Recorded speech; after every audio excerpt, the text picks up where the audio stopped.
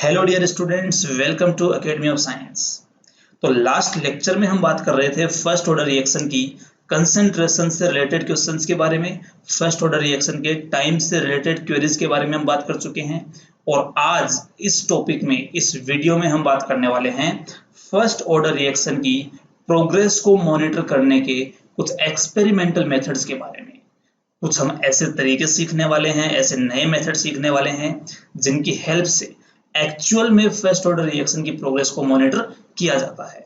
या फिर मैं आपको यूं कहूं कि इस लेक्चर के अंदर हम फर्स्ट ऑर्डर रिएक्शन की प्रोग्रेस को मॉनिटर करने के मेथड के साथ साथ उसकी कुछ एप्लीकेशंस हम यहाँ पर बात पढ़ने वाले हैं।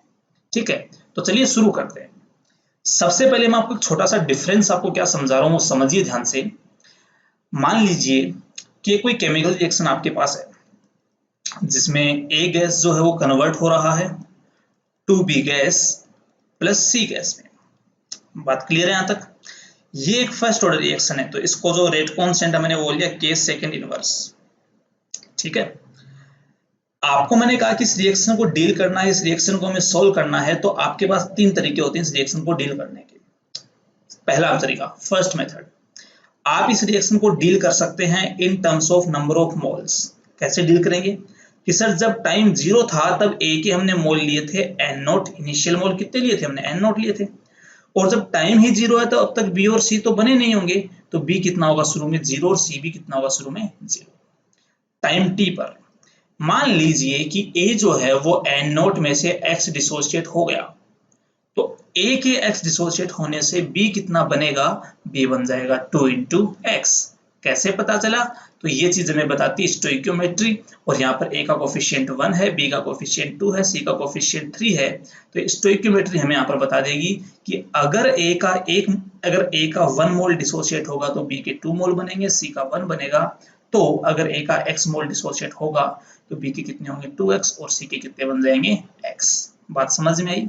ठीक है, आप इसी रिएक्शन की स्टोइकियोमेट्री को मोल में डील नहीं करके आप इसको डील कर सकते हैं कंसंट्रेशन में भी। कैसे डील कर सकते हैं जरा समझिए। मान लीजिए कि ये वो कंटेनर है जिस कंटेनर में रिएक्शन हो रही है और इसमें एक तो ए गैस मौजूद है रिएक्शन के दौरान, एक इसमें बी गैस मौजूद है रिएक्शन के दौरान, और एक इसमें रिएक्शन के दौरान सी गैस मौजूद है। क्लियर है सबको? ये जो कंटेनर है, जो कंटेनर आप देख रहे हैं, ये एक रिजिड कंटेनर है और साथ ही साथ ये एक क्लोज्ड कंटेनर भी है। और आप सब जानते हैं बहुत ही अच्छे तरीके से कि जो कंटेनर रिजिड हो और जो कंटेनर क्लोज होते हैं उन कंटेनर्स का वॉल्यूम हमेशा क्या बना रहता है, कांस्टेंट। उनका कभी भी वॉल्यूम चेंज नहीं होता है। ठीक है, तो अगर मैं आपसे बात करूं यहाँ पर कि इनकी कंसंट्रेशन कितनी कितनी है, तो आप कह देंगे कि सर कंसंट्रेशन जो है इसके मोल कितने थे शुरू में n0 और कंटेनर का वॉल्यूम कितना है v, तो इसकी कंसंट्रेशन बन जाएगी, जिसको मैंने यहाँ पर बोल दिया। मान लीजिए जो कंसंट्रेशन है ये इनिशियली मान लो a0 है। कितनी है बोलो? a0। और इनकी कितनी होगी कंसंट्रेशन बताइए? 0 और 0। ये थी t इज इक्वल टू 0 की बात है। तो बताइए टाइम t पर मान लीजिए इसकी इनिशियल कंसंट्रेशन a0 है, तो मान लो टाइम टी पर जब इसके x मोल डिसोशिएट हुए थे, तो मैं ऐसे कह दूंगा इसकी जो कंसंट्रेशन डिसोशिएट हुई थी वो y डिसोशिएट हुई, और इसका कितना बन जाएगा यहाँ पे 2y, और इसका कितना बन जाएगा y। क्लियर है? तो ये मैंने रिएक्शन को डील कर लिया किसमें बोलो? कंसंट्रेशन में। यहां तक कोई दिक्कत आपको नहीं है। ठीक है, लेकिन अब मैं आपको कुछ बहुत ही इंटरेस्टिंग यहां पर समझाने वाला हूं, ध्यान से सुनिएगा। मुझे एक बात बताइए कि वॉल्यूम कांस्टेंट है, और अगर मैं कह दूं कि यहां पर इस केस में टेम्परेचर भी इसका कांस्टेंट है, और सारी की सारी स्पीसीज जो मौजूद है यहां पर वो भी कौन सी हैं? गैसियस हैं। तो क्या आप ऐसा कह सकते हैं कि PV is equal to nRT का इस्तेमाल करके मैं बोल सकता हूं कि यहाँ पर P is directly proportional to number of moles, क्योंकि V कांस्टेंट है और T भी क्या है यहाँ पे? कांस्टेंट, और R तो होता ही क्या है बोलो? कांस्टेंट है। Similarly P is also directly proportional to concentration of species, क्योंकि concentration क्या होती है? concentration होती है number of moles upon volume। Volume यहाँ पे कांस्टेंट है, तो जो चीज मोल्स की कांस्टेंट होगी वो concentration की भी क्या होगी? कांस्टेंट होगी। ध्यान से देखना, इसी चीज का इस्तेमाल करके जो आप यहाँ पर देख रहे हैं कि pressure is directly proportional to number of moles and pressure is directly proportional to concentration, मैं ये बोल सकता हूं, ध्यान से सुनना, कि जिस स्टोइक्योमेट्रिक रेशियो में किसी रिएक्शन के दौरान उसके मोल्स रिएक्ट करते हैं या फॉर्म होते हैं, ठीक उसी रेशियो में, एग्जैक्टली उसी रेशियो में उसका प्रेशर भी डिसोशिएट होगा और उसके प्रेशर भी नया डेवलप होगा। क्या बोला मैंने, इसका क्या मतलब? इसका मतलब आप देख रहे हैं कि यहाँ पर ए का कोफिशिएंट 1 है, बी का 2 है, सी का 1 था, तो आपने बोला कि इसकी जो मोल्स का डिसोशिएट होने का रेशियो था वो भी 1:2:1 था। तो मैं कह रहा हूं कि मान लीजिए t बराबर 0 पर इस A का जो प्रेशर था वो P0 था, ये 0 और 0 थे। टाइम t पर आप ऐसा कह सकते हो कि अगर P0 में से इस A के डिसोशिएट होने की वजह से प्रेशर में अगर P का डिक्रीमेंट आ रहा है, अगर A का जो प्रेशर है वो P से कम हो रहा है, तो बताइए B का कितने से बढ़ेगा? 2P से, और C का किससे बढ़ेगा? P से। आपको समझ में आ रहा होगा कि जिस रेशियो में मैंने मोल को डील किया था, ध्यान से सुनना, जिस रेशियो में हमने मोल को डील किया था उसी रेशियो में हम प्रेशर को भी डील कर सकते हैं। ऐसा करने में कोई दिक्कत की बात नहीं है। बात आपको समझ में आ गई यहां तक? चलिए, अब ऐसा हमें करने की जरूरत क्यों पड़ी, इसके लिए समझते हैं अपनी फर्स्ट ऑर्डर रिएक्शन का पहली एप्लीकेशन, इसकी पहली मॉडिफाइड फॉर्म, और वो है, तो अपना जो टॉपिक है वो पहला टॉपिक ये है, इसको आप केस 1 भी बोल सकते हैं। पहला केस जिसको हम पढ़ने वाले हुए है, monitoring of progress of A first order reaction in terms of pressure. क्या कहना चाह रहा है, क्या मतलब है? तो इसका मतलब ये है, सुनिएगा ध्यान से। जो आपके पास केमिकल रिएक्शन थी, ए गैस से बन रहा है 2B gas plus C gas, अगर ये फर्स्ट ऑर्डर रिएक्शन हो तो आपको याद होगा इसके लिए इक्वेशन ऐसी आई थी कि K into T is equal to ln concentration of A initially and concentration of A at time t। आई थी ये वाली इक्वेशन। ये वाली जो इक्वेशन है, ये इक्वेशन इस रिएक्शन को डील करती है किसमें? ये डील करती है इन टर्म्स ऑफ कंसेंट्रेशन। किसमें करती है? In terms of concentration. Clear है? और मैं चाहता हूं इस रिएक्शन को डील करना किसमें? बोलो, प्रेशर में। तो आप ही बता दो हमें क्या करना होगा? हमें इसको रिप्लेस करना होगा, इसकी जगह कुछ यहाँ पर नया रखना होगा। समझ में आई बात? कैसे रखेंगे समझिए जरा। देखिए, एक बात बताइए, मैंने आपको ऐसे कहा कि अगर रिएक्शन के दौरान कंटेनर का वॉल्यूम और टेम्परेचर दोनों कांस्टेंट हों, तो आपने कहा था P is directly proportional to number of moles, और you can say P is also directly proportional to concentration of that species। तो इस फॉर्मूले को कैसे कर सकते हैं कन्वर्ट? आप देख रहे हैं कि यहाँ पर K into T is equal to, यहाँ पर क्या आएगा? ln।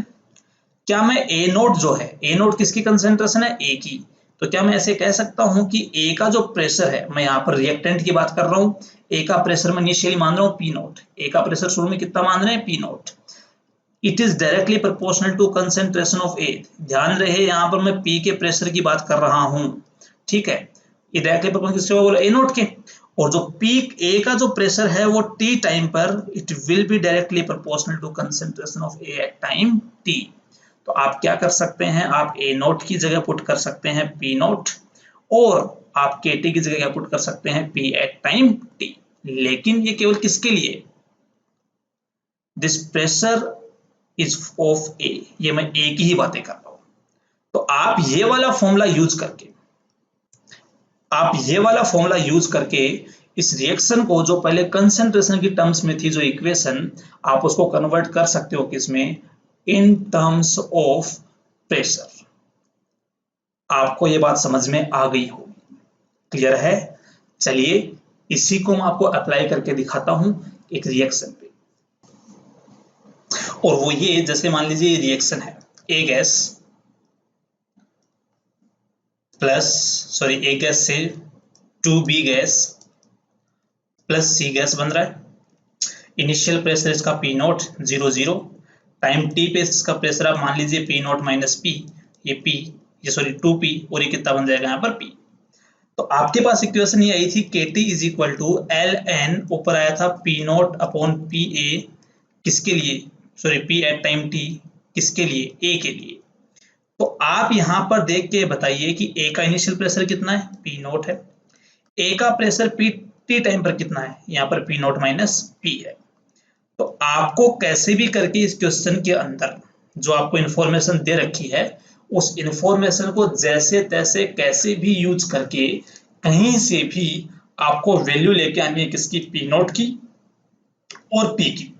अगर आपने वैल्यू पुट कर दी तो यहां से आप इसको सोल्व कर सकते हैं। ठीक है, अब हम सीखेंगे कि इस ऐसा करने के टोटल अपने पास कितने तरीके होते हैं, एग्जाम में कितने टाइप के सवाल हमसे इस पे पूछ सकता है। तो चलिए बात करते हैं टाइप 1 की। टाइप 1 क्या है वो type, when partial pressure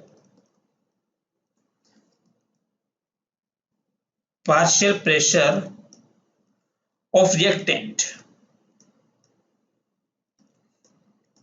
is given। जब आपको क्वेश्चन में जो रिएक्टेंट है आपका उसका पार्शियल प्रेशर दे रखा हो, कैसे देगा समझिए।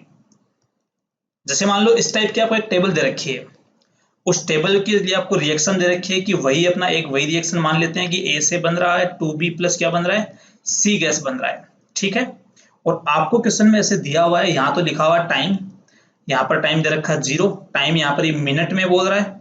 ठीक है, और आपको ये बोल रहा है कि 10 मिनट बाद। ठीक है, 10 मिनट के बाद, और यहां आपको बोल रहा है कि पार्शियल प्रेशर ऑफ ए।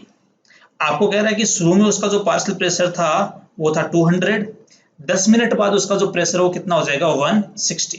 आपको सिर्फ इतनी सी इंफॉर्मेशन दे रखी है और आपको बोला जा रहा है कि इस रिएक्शन का जो रेट कांस्टेंट के है उस के की वैल्यू हमें बताइए, ये उसका सवाल है। समझ में आया, कैसे सोल्व करेंगे समझिए ध्यान से।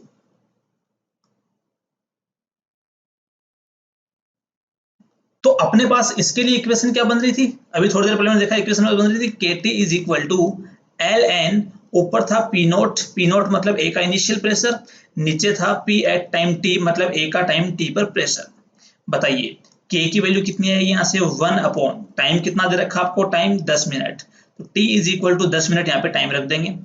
LN को किस में बदलेंगे, लॉग में, तो कितना आएगा 2.303 इंटू LN को क्या लिख देंगे लॉग, और पी नोट बताइए ए का इनिशियल प्रेशर कितना दिया हुआ आपको 200, 10 मिनट बाद ए का जो प्रेशर है वो आपको कितना दिया हुआ 160, तो यहाँ कितना पुट कर देंगे बोलो 160। सोल्व करने पर इसका आंसर आ जाएगा।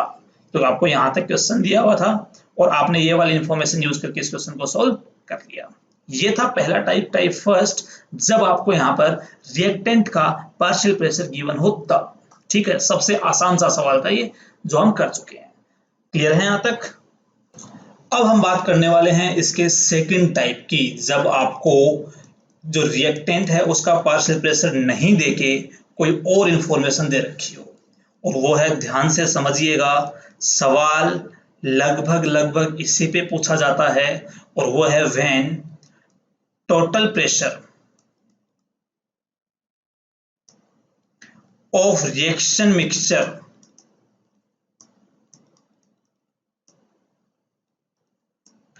is given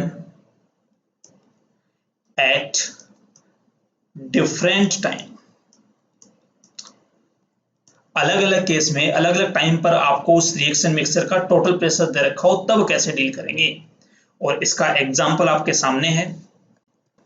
हाँ जी, तो टाइम आपको मिनट में दे रखा है और टोटल प्रेशर आपको दे रखा है, जब T इज इक्वल टू 0 था तब आपको टोटल प्रेशर दे रखा है P नोट। जब टाइम हुआ T, किसी पर्टिकुलर टाइम T पर आपको जो प्रेशर दे रखा है वो मान लीजिए P एट टाइम T दे रखा है, और इनफाइनाइट टाइम बाद, या ऐसे कहते हैं कि after a very long time आपको जो प्रेशर गिवन है वो दे रखा है यहाँ पर P इंफिनिटी। क्लियर है, और रिएक्शन अपनी वही है, रिएक्शन वही वाली है जिसमें A गैस कन्वर्ट हो रहा है 2B gas plus C gas में, और आपको बताना है कि इसका रेट कांस्टेंट K कितना होगा। समझ में आई। तो जब आपको टोटल प्रेशर दे रखा हो तब क्वेश्चंस को कैसे हमें डील करना है ये हम सीखेंगे, और देखते रहिए पूरा देखना। इसमें हम ये भी सीखेंगे कि कैसे आप इनके ग्राफ प्लॉट कर सकते हो। हाँ, आप सही सुन रहे हैं, इन सवालों के ग्राफ भी पूछ लेता है। IIT JEE एडवांस में कुछ टाइम पहले ही सवाल आया है, उससे पहले बहुत एग्जाम में जो और एग्जाम होते हैं हायर लेवल के उसमें भी इसके ग्राफ पूछे जा चुके हैं। तो ग्राफ कैसे बनाएंगे, कैलकुलेशन कैसे करेंगे, समझते हैं। तो वही आप मान लीजिए t इज इक्वल टू 0 पर बताइए इनिशियली क्या कंटेनर में b होगा क्या? नहीं होगा। c होगा क्या? नहीं होगा। इसका मतलब वहां पे केवल कौन है बोलो? a ही है। और जब केवल a है तो जो t इज इक्वल टू 0 पे जो टोटल प्रेशर है वो केवल किसका होगा? a का। तो यहाँ पर कितना आ जाएगा? p note. यहाँ कितना होगा? 0 और 0।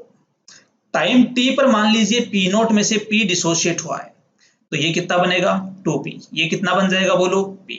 और जब टाइम इन्फिनिटी था तो ये कितना हो जाएगा बोलो? 0, क्योंकि मैं इसे मान लूंगा कि इनफाइनाइट टाइम बाद रिएक्शन कंप्लीट हो गई। ध्यान रहे फर्स्ट ऑर्डर रिएक्शन है, कभी भी कंप्लीट नहीं होती है, लेकिन ऐसा हम यहाँ पर एज्यूम कर रहे हैं, ये सिर्फ और सिर्फ एक अजम्पशन है, ये ध्यान रहे। मैंने ऐसा मान लिया कि इनफाइनाइट टाइम बाद रिएक्शन ऑलमोस्ट कंप्लीट हो गई होगी तो कितना हो जाएगा? 0। और जब ये 0 होगा इसका मतलब क्या हुआ होगा कि पूरा का पूरा p डिसोशिएट हुआ होगा। और जब पूरा p ही यहाँ से डिसोशिएट हो गया तो यहाँ कितना बन जाएगा बताइए? 2p note. और कितना बन जाएगा? p note. ठीक है। अब सुनिए, अब इस गिवन इंफॉर्मेशन का यूज करते हैं हम। ध्यान से सुनिए कैसे करेंगे। आपको दे रखा है p टोटल। देखिए जो p टोटल आपको इनिशियली दे रखा था वो तो p नोट है, लेकिन जो टाइम t पर दे रखा है p टोटल, उसको मैं कह सकता हूं कि p total at time t। देखिए टाइम t पर आप बताइए p टोटल किसके इक्वल होगा? तो याद करो डोल्टन बाबा का रूल या डोल्टन बाबा का लॉ। डोल्टन बाबा का जो पार्शियल प्रेशर लॉ होता है वो ये कहता है कि किसी कंटेनर में मौजूद जितनी भी गैसें हैं उनके पार्शियल प्रेशर का समेशन इक्वल होता है p टोटल के। क्लियर है? तो यहां से t टाइम पर p टोटल कितना है बोलो? pt है। तो pt किसके इक्वल होगा? pt इक्वल होगा partial pressure of a plus partial pressure of b plus partial pressure of c। बताइए pa की वैल्यू कितनी है? तो a का पार्शियल प्रेशर ये रहा, कितना है? pa note minus p naught minus p। b का कितना है पार्शियल प्रेशर? 2p। अरे ये रहा। और c का कितना है बोलो? p। तीनों को ऐड करने पर यहाँ पर आ जाएगा p से p कैंसिल हो जाएगा। ठीक है। और ये बन जाएगा p नोट प्लस 2p। और यहाँ कितना बन जाएगा? p at time t। Clear है? एक इक्वेशन तो अपने पास ये बन गई। उसके बाद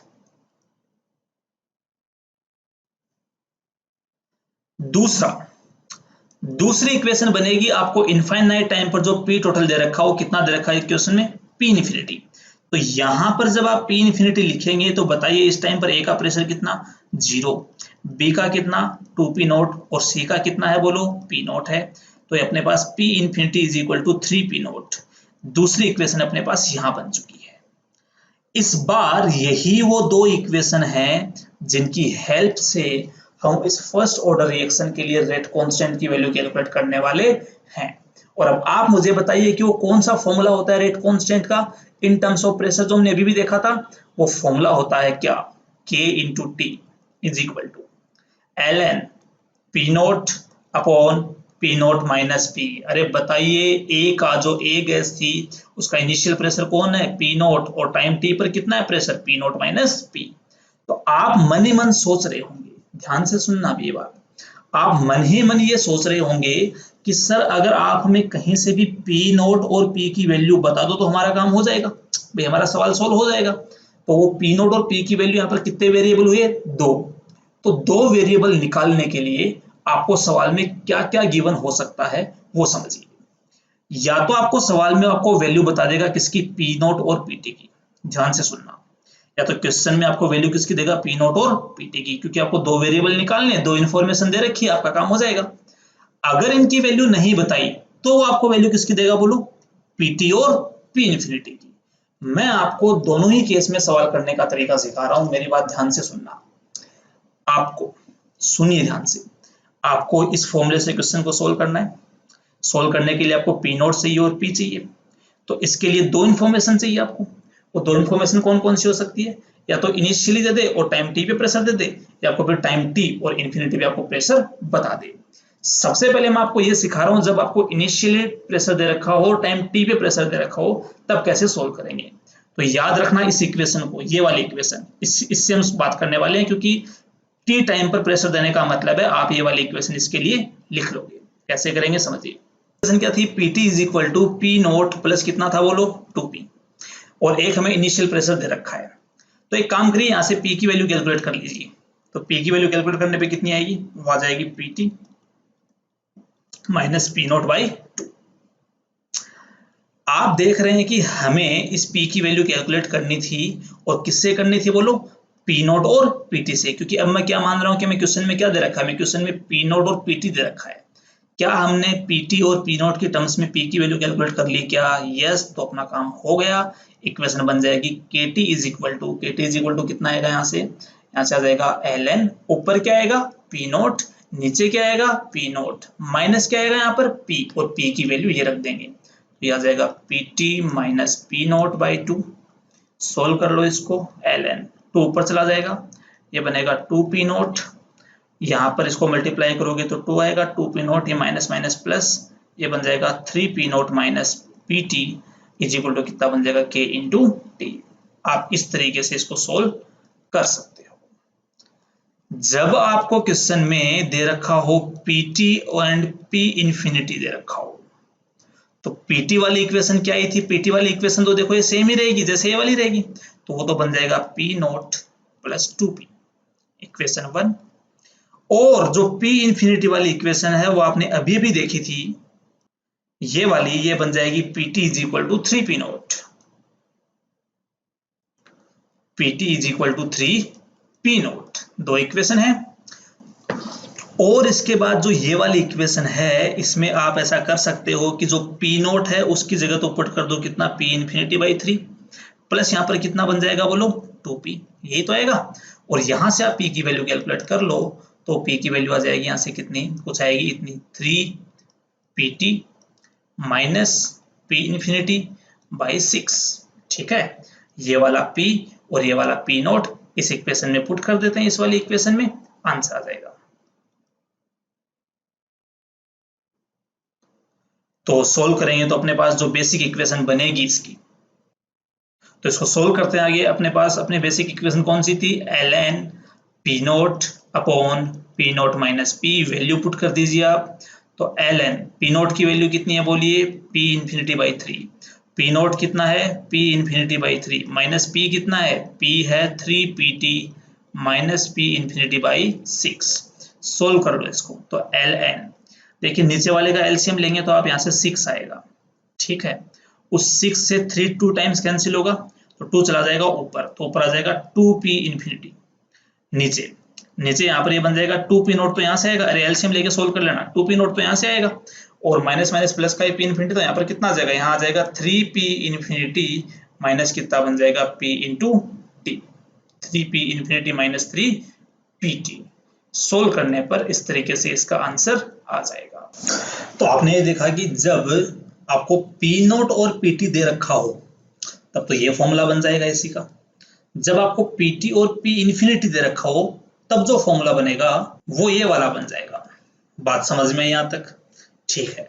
अब अगला डाउट ये है कि सर हम इन दोनों, क्या हमें दोनों फॉर्मूले याद रखने की जरूरत है, तो आंसर है नो। ना तो आपको ये वाला फॉर्मूला याद रखना है, ना ही आपको ये फॉर्मूला याद रखना है।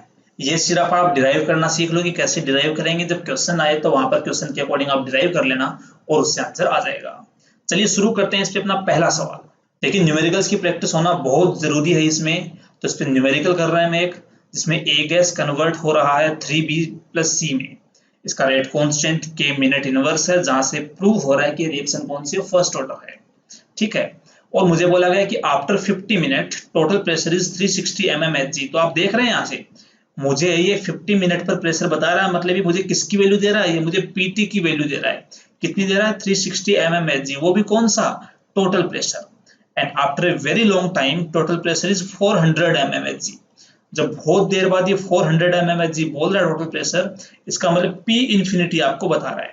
ये कहता है find the K for this reaction. तो आपको यहाँ पर P इंफिनिटी दे रखा है, आपको यहाँ पर PT दे रखा है, तो कैसे डिराइव करेंगे वो समझिए। तो रिएक्शन दे रखी है A गैस से 3B gas plus C gas बनना चाहिए। मान लीजिए T इज इक्वल टू 0 पर इसका प्रेशर P नॉट है, ये शुरू में 0 और 0 होगा। Time T is equal to 50 minute जो हमें क्वेश्चन में बोला गया है, उस पर इसका प्रेशर कितना मान लेंगे, P नॉट माइनस P। अगर ये P डिसोशिएट हुआ तो ये कितना बन जाएगा 3P, और ये कितना बन जाएगा P, और जब टाइम होगा इन्फिनिटी तो ये यहाँ पर 0 बचेगा क्योंकि पूरा कंज्यूम हो जाएगा और ये बन जाएगा 3p नॉट और कितना हो जाएगा p नॉट। ठीक है, अब आपको 50 मिनट पे टोटल प्रेशर कितना दे रखा है, तो वो आपको दे रखा है, पीछे डेटा आप देख सकते हैं 360 mm। कितना दे रखा है, 360 mm आपको दे रखा है। तो यहां से इस टाइम पर टोटल प्रेशर आपको दे रखा है 360 इज इक्वल टू ए का कितना पार्शियल प्रेशर है यहाँ पे P not minus P, B का कितना है 3P और C का कितना है P, तो यहां से आ जाएगा कितना P not plus 3 into 3P। दूसरा, इनफाइनाइट टाइम बाद आपको कितना दे रखा है टोटल 400, A का कोई पार्शियल प्रेशर नहीं है, B का कितना है बोलो 3P नॉट और C का कितना है P नॉट, तो यहाँ से P नॉट कितना आ जाएगा, P नॉट आ जाएगा 100 mm Hg। क्लियर है, ये 100 mm Hg जब आप इस इक्वेशन में पुट करेंगे यहाँ पर, तो यहाँ से जो P की वैल्यू आएगी, जो P आपको चाहिए उसकी वैल्यू आएगी 360 माइनस 100, क्योंकि 100 उधर जाके उसमें से माइनस होगा, अपॉन कितना आ जाएगा यहाँ से 3। इसको सोल्व कर लें यहाँ से, तो सोल्व करने पर ये बन जाएगा यहाँ से कितना 260/3, ये आ जाएगी P की वैल्यू। तो फॉर्मूला लगाते हैं अपना, बेसिक फॉर्मूला क्या होता है, तो बेसिक फॉर्मूला होता है KT is equal to ln P naught upon P naught minus P। देखो याद करो, मैंने कहा था फॉर्मूला कोई भी नहीं रटना आपको, आपको तो सिंपली ये ध्यान रखना है कि ऊपर इनिशियली रिएक्टेंट का प्रेशर और नीचे इनिशियल जो रिएक्टेंट है उसका T टाइम पे प्रेशर, तो T टाइम इसका कितना pressure P naught minus P। Solve करते हैं इसको, तो rate constant K is equal to time है 50, तो यहाँ पर 50 आ जाएगा into 2.303 into log P naught की वैल्यू कितनी है अपने पास 100, P नोट कितना है 100 माइनस कितना बन जाएगा 260/3। इसको सोल्व कर लेना, यहाँ से आपका रेट कांस्टेंट K आ जाएगा। ठीक है, मैं फिर से एक बार आपको बताना चाह रहा हूँ, फॉर्मूला रटना नहीं है, जितने टाइप के क्वेश्चंस होंगे उतने टाइप के फॉर्मूला यहाँ पर यूज होंगे, इसलिए किसी भी फॉर्मूले का रट्टा आपको नहीं मारना है, इस बात का ध्यान रखें। ठीक है, चलिए अब मैं आपको बताता हूं इसकी एक शॉर्ट ट्रिक, जिसमें आप डायरेक्ट फॉर्मूला लिखिए, वैल्यू देखिए, आंसर पुट करो, आपका आंसर आ जाएगा। सॉरी, वैल्यू पुट करो, आपका आंसर आ जाएगा। कौन सी वो ट्रिक, सुनिए। वो ट्रिक ये है कि मान लीजिए किसी केमिकल रिएक्शन का, जिस केमिकल रिएक्शन में ए गैस से कुछ यहाँ पर मान लीजिए B गैस बन रहा है, कुछ C गैस बन रहा है, और X तो मान लो B बन रहे हैं और ये कितने बन रहे हैं Y बन रहे हैं। और मान लीजिए इस रिएक्शन का जो डेल्टा Ng है, पहले आपको बता दो डेल्टा Ng क्या होता है, तो डेल्टा Ng का मतलब होता है summation of stoichiometric coefficient of product, या फिर आप ऐसे कह लो summation of stoichiometric coefficient of gaseous species of in products minus summation of stoichiometric coefficients of gaseous species in reactants. ठीक है, अब ये इसको आप ऐसे बोलना है, यहाँ पर जो न्यू है वो आपको क्या बता रहा है, न्यू बता रहा है आपको स्टोइकियोमेट्रिक कोफिशिएंट के बारे में। Here new is stoichiometric coefficient, new आपका स्टोइकियोमेट्रिक कोफिशिएंट है। ठीक है, और P का मतलब प्रोडक्ट, R का मतलब रिएक्टेंट, G का मतलब केवल गैसियस स्पीसीज के लिए, उसको हम बोल देंगे डेल्टा Ng। तो इस रिएक्शन के लिए अगर हम आपको डेल्टा Ng निकाल के दिखाऊं, उसका डेल्टा Ng कितना आएगा, तो प्रोडक्ट का कोफिशिएंट x, इसका y, उसका क्या करना है समेशन, तो बोलिए कितना हो जाएगा x plus y minus reactant का कोफिशिएंट 1, तो यहाँ पर कितना बन जाएगा 1, तो ये बन जाएगा इस रिएक्शन का डेल्टा Ng। क्या ट्रिक है, क्या फॉर्मूला है, ये ट्रिक जो आपको मैं सिखा रहा हूँ, ये ट्रिक कब लगाएंगे आप, तो एक ट्रिक आपको लगानी है जब ट्रिक आपकी ये होगी KT is equal to ln, यहां ऊपर आएगा डेल्टा Ng जो है आपका इंटू आएगा P नोट, नीचे क्या आएगा, नीचे आ जाएगा delta Ng plus 1 into P naught minus PT। तो ये एक शॉर्ट ट्रिक है जो आप यहाँ पर इसमें यूज कर सकते हैं, लेकिन इसकी कुछ लिमिटेशंस हैं, ये हमेशा वैलिड नहीं है, और इसकी लिमिटेशंस क्या है वो मैं आपको बता रहा हूं।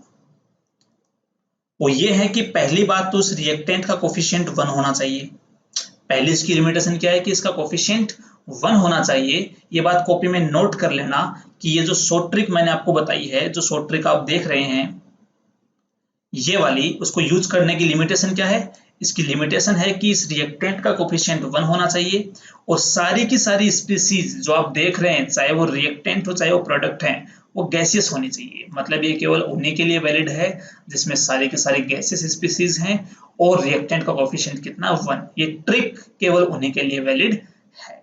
आपको समझ में आ गया होगा। इसका आपको मैं एक एग्जांपल बता देता हूँ इस ट्रिक का। ये फॉर्मूला आपको याद रखना है। जैसे मान लो कि कहीं पर A गैस जो है उससे 3B gas plus 2C gas बन रहा है। पहले बताइए डेल्टा एन जी कितना आएगा। तो इसका कोफिशिएंट 3 है, C का कोफिशिएंट 2 है, A का कितना है 1। तो यहाँ पर कितना बन जाएगा, यहाँ से आ जाएगा 4। फॉर्मूला लगाइए, फॉर्मूला आ जाएगा KT is equal to LN। ऊपर मैंने बताया कि delta N G into P naught आता है, तो ऊपर कितना आ जाएगा, ऊपर आएगा 4P नोट। नीचे मैंने बताया delta N G plus 1 into P naught आता है, तो 4 प्लस 1 कितना हो जाएगा 5 इंटू कितना आएगा पी नोट, माइनस बन जाएगा पीटी। तो शॉर्ट ट्रिक से आप डायरेक्टली इसका फॉर्मूला आप लिख सकते हैं।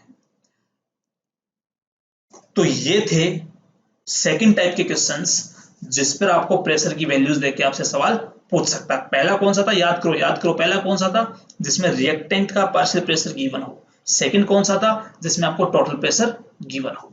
क्लियर है। चलिए अब हम बात करने वाले हैं ऐसे सवालों के थर्ड टाइप के, तीसरे टाइप की।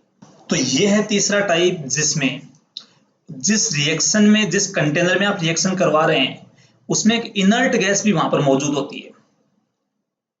इनर्ट गैस आप समझ गए होंगे, ऐसी गैस जो उस कंटेनर में मौजूद तो होगी लेकिन क्या नहीं करेगी, वो रिएक्शन नहीं करेगी। और आपको पता है कि अगर वो इनर्ट गैस, जैसे मान लो अपनी जो रिएक्शन है, मान लो ये वाली है, अपनी रिएक्शन ये वाली है 2B gas plus C gas, ठीक है। और ये रिएक्शन इस कंटेनर में चल रही है। मान लो ये जो कंटेनर है इसमें रिएक्शन चल रही है, यहाँ पर A भी है, B भी है और C भी है। तो चलिए A और B और C तो रिएक्शन कर रहे हैं, लेकिन मान लो कि वहां पर एक D भी मौजूद है, D, वो D इनर्ट गैस है, ठीक है। तो इनर्ट गैस क्या करेगी, ये इनर्ट गैस अपना खुद का पार्शियल प्रेशर लगाएगी। अरे भाई हर एक गैस का अपना अपना पार्शियल प्रेशर होता है, तो साथ साथ इस इनर्ट गैस का भी यहाँ पर पार्शियल प्रेशर होगा। और मैंने मान लिया वो PI है, वो कितना है PI। तो यहाँ पर PI आपको बता रहा है इस इनर्ट गैस का पार्शियल प्रेशर। ये पार्शियल प्रेशर आपको कहाँ प्रॉब्लम करने वाला है, तो ये आपको वहां प्रॉब्लम करेगा जब आपको पूरे के पूरे मिक्सचर का टोटल प्रेशर गिवन होगा। क्यों करेगा प्रॉब्लम, क्योंकि आप जानते हैं कि डाल्टन बाबा का लॉ ये बोलता है कि जब भी आप पी टोटल निकालेंगे, जब भी आप किसी के पी टोटल की बात करेंगे तो वहां आपको A का भी लेना होगा, B का, C का, सबका पार्शियल प्रेशर आपको लेना पड़ेगा। तो ये जो एक्स्ट्रा PI है ये आपको तब मुसीबत में डाल सकता है, तब आपके सामने प्रॉब्लम क्रिएट कर सकता है जब इसकी वैल्यू के लिए आपको टोटल प्रेशर दे रखा हो तब। समझ में आए। तो अब हम सीखेंगे कि ऐसे सवालों को कैसे डील करते हैं, कैसे इनको हम सोल्व करते हैं। शुरू करते हैं। मान लीजिए कि T इज इक्वल टू 0 पर इसका जो A का प्रेशर था वो P नोट था, ये 0 था। टाइम T पर ये P नोट में से P डिसोशिएट हुआ, ये 2P बना, ये P बना, और इन्फिनिटी पर जो है ये 0 हो गया and this is 2P note, और ये कितना बन जाएगा P नोट। समझ में आया। आपसे मैं अगर ऐसे पूछूं कि इनिशियली, मान लो आपको क्वेश्चन में दे रखा है, चलिए आपको क्वेश्चन में ऐसे दे रखा है कि T इज इक्वल टू 0 पर, T इज इक्वल टू 0 पर जो P टोटल है वो मान लो आपको P1 दे रखा है।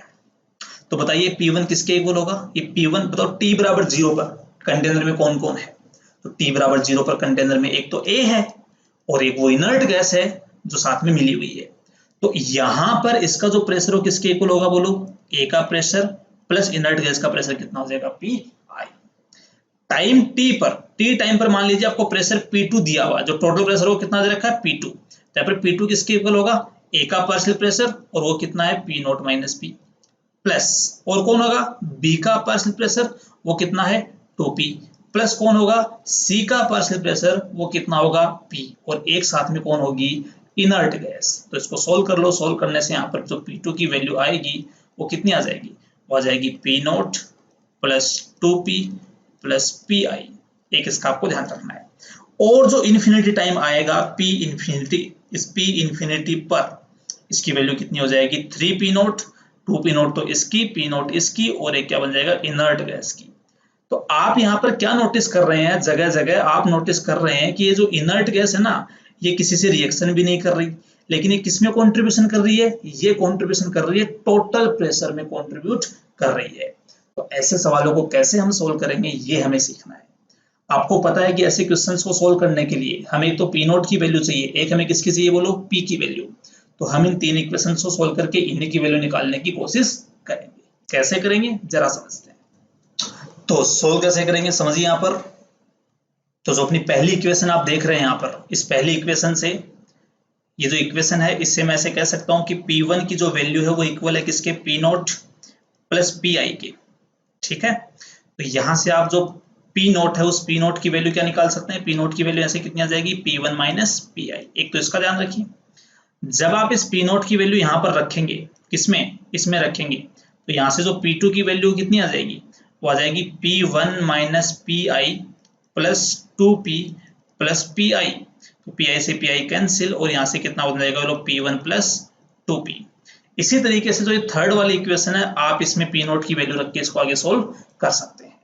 तो बस करना कुछ नहीं है, नया कुछ भी नहीं है, सिर्फ आपको ध्यान क्या रखना है, ध्यान ये रखना है कि जब भी इनर्ट गैस आ जाए तो किसी से रिएक्ट नहीं करेगी, केवल और केवल वो टोटल प्रेशर में कंट्रीब्यूट करेगी। समझ में आ गया सबको। चलिए, तो ये थे तीन अलग अलग केस जिनमें आप उसको अलग अलग तरीके से फर्स्ट ऑर्डर रिएक्शन को मॉनिटर कर सकते हो। इस पर एक न्यूमेरिकल करते हैं जिससे आपको और अच्छे से समझ में आए। और इस क्वेश्चन को ध्यान से समझना थोड़ा सा, क्योंकि इसमें थोड़े से वेरिएशंस हैं जो मैं आपको सिखाना चाह रहा हूं, इसीलिए क्वेश्चन में करवा रहा हूं आपको, वो समझिए ध्यान से। N2O5 फर्स्ट ऑर्डर की हेल्प से या फर्स्ट ऑर्डर के थ्रू डिसोशिएट होता है और यहां पर बनाता है NO2 plus half O2, NO2 gas और यहाँ पे हाफ O2 गैस। या फिर आप इसको ऐसे लिख लो, ये बनाएगा यहाँ पर O2 गैस आ जाएगा यहाँ पे, ठीक है, और यहाँ पर मान लीजिए 2N2O5 है, तो यहाँ पर 4NO2 आएगा ये, और यह जाएगा O2। ये एक फर्स्ट ऑर्डर रिएक्शन है। T इज इक्वल टू 0 पर इसका प्रेशर P नोट है, ये 0 0 टाइम T पर P नोट में से P डिसोशिएट हुआ, ये कितना बन जाएगा यहाँ पर 2P, क्योंकि इसका कोफिशिएंट 2 था, इसका कितना है 4, तो इसका डबल बनेगा ये, और यहाँ पर ये कितना बन जाएगा P/2। क्लियर है। और ऐसे ही इन्फिनिटी पर ये 0 बचेगा और ये बनेगा यहाँ पे 2P नोट और ये बनेगा P0/2। यहां तक हर कोई कर लेगा और आगे भी आप क्वेश्चन सोल्व कर लोगे। बस बात ये है कि आप इसके लिए इक्वेशन कैसे लिखेंगे वो मैं आपको सिखा रहा हूं। मैं क्या समझाना चाह रहा हूं कि आप इसके लिए इक्वेशन कैसे लिखेंगे वो समझिए। अगर मैं लिखता हूं यहां पर कि K into T is equal to LN, ऊपर आएगा P नोट अपॉन नीचे आएगा P नोट माइनस P, तो ये जो इक्वेशन है, ये इक्वेशन आपकी सही हो भी सकती है और ये आपकी सही नहीं भी हो सकती। कैसे, क्यों मैं बोल रहा हूं ऐसे कि सही हो भी सकती है और नहीं भी हो सकती, तो समझिए। अगर आप इस इक्वेशन में जो ये K यूज कर रहे हैं, ये जो K आप यूज कर रहे हैं, अगर ये वाला K जो आप यूज कर रहे हैं, अगर ये K यहां पर हुआ क्या, अगर ये K हुआ disappearance constant of A, disappearance constant of A, जिसको तुम Ka बोलते हो, अगर ये वो वाला K हुआ तब तो ये इक्वेशन सही है। लेकिन अगर ये हुआ रेट कांस्टेंट K जो पूरी रिएक्शन का है, ये वाला ये वाला ये वाला, अगर ये वाला रेट कांस्टेंट K हुआ तो फिर जो इक्वेशन लिख रहे हैं ये गलत है, उस केस में सही नहीं है। क्यों नहीं है, क्योंकि आप जानते हैं, ध्यान से सुनना, यहां पर A कौन है, अच्छा सॉरी, यहाँ A N2O5 है, तो मैं यहाँ पे N2O5 की बात कर लेता हूं, क्योंकि आप जानते हैं कि अगर मैं इस रिएक्शन कैसे ले लिखूं कि N2O5 का डिसअपियरेंस कांस्टेंट, तो वो इक्वल आता है किसके, रेट कांस्टेंट K इनटू उसका कोफिशिएंट कितना है 2K। अरे समझ में आ गया। इसीलिए सुनिए, ध्यान से सुनिए, मेरा आपको बताया हुआ है कि जो भी हमने डेरिवेशन किए हैं वो इनका कोफिशिएंट 1 मानकर किए हैं। अगर कोफिशिएंट 2 आ जाए तो क्या करेंगे, तो यहां पर इसको 2 से मल्टीप्लाई भी करेंगे। अब ये जो K है आपका, वो K क्या है बोलो, रेट कांस्टेंट है, इसमें कोई दिक्कत नहीं है। और अगर आप इसको 2 के एज ए कंबाइंड बोलेंगे तो कंबाइंडली क्या बन जाएगा, डिसअपियरेंस कांस्टेंट ऑफ N2O5, इसमें कोई दिक्कत नहीं है। तो इन चीजों का ध्यान रखना, बाकी क्वेश्चंस बहुत ही इजी इसमें से पूछे जाते हैं, आप इजीली कर सकते हो। ठीक है,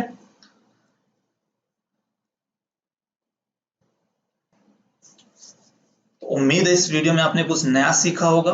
अगर आपको वीडियो पसंद आता है तो इसको लाइक करें, कमेंट करके बताएं कुछ सजेशंस अगर आपके हो तो, और अपने जो भी क्लासमेट्स या फ्रेंड्स जो भी प्रिपरेशन कर रहे हैं किसी कॉम्पिटिटिव एग्जाम की, केमिस्ट्री जिनमें इन्वॉल्व हो, तो उनके साथ ये जरूर शेयर करें।